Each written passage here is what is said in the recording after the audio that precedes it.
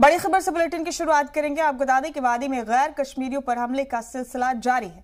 पुलवामा के रत्नीपुरा में दहशतगर्दाना हमला हुआ है। 2 गैर मुकीम मजदूरों पर फायरिंग की गई। मकामी अस्पताल में दोनों को दाखिल किया गया है। हमलावरों की तलाश के लिए सर्च ऑपरेशन मुसलसल चलाया जा रहा है। पुलवामा के खैरबातपुरा के रत्नीपुरा गांव में दहशतगर्दों ने शनिचर को 2 मजदूरों को गोली मार दी। दोनों बिहार के बेतिया जिले के रहने वाले मजदूरों के नाम शमशाद अहमद और फैजान कादरी बताए जा रहे हैं। हमले में दोनों मजदूर बुरी तरह जख्मी हो गए। उन्हें पास के अस्पताल में दाखिल किया गया है। इस हमले के बाद हिफाजती दस्तों ने इलाके में घेराबंदी कर सर्च ऑपरेशन शुरू कर दिया है।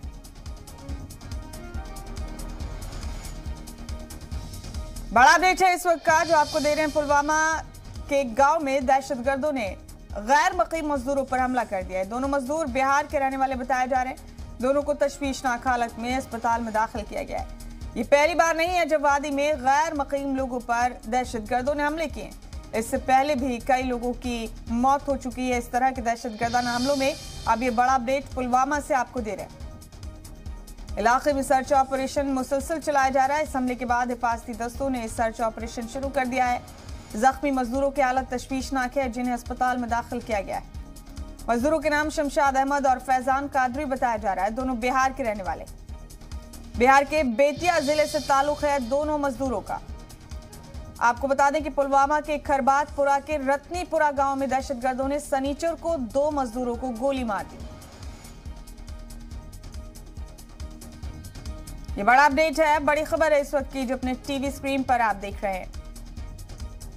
रत्नीपुरा गांव में पुलवामा में मजदूरों को गोली मार दी दहशतगर्दों ने। और ये पहली बार नहीं है जबकि दहशतगर्दों ने इस तरह से गैर मुकीम लोगों को अपना निशाना बनाया है।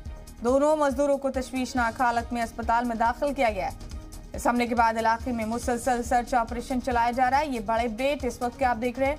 मजदूरों के नाम शमशाद अहमद और फैजान कादरी बताया जा रहा है। दोनों बिहार के बेतिया के रहने वाले।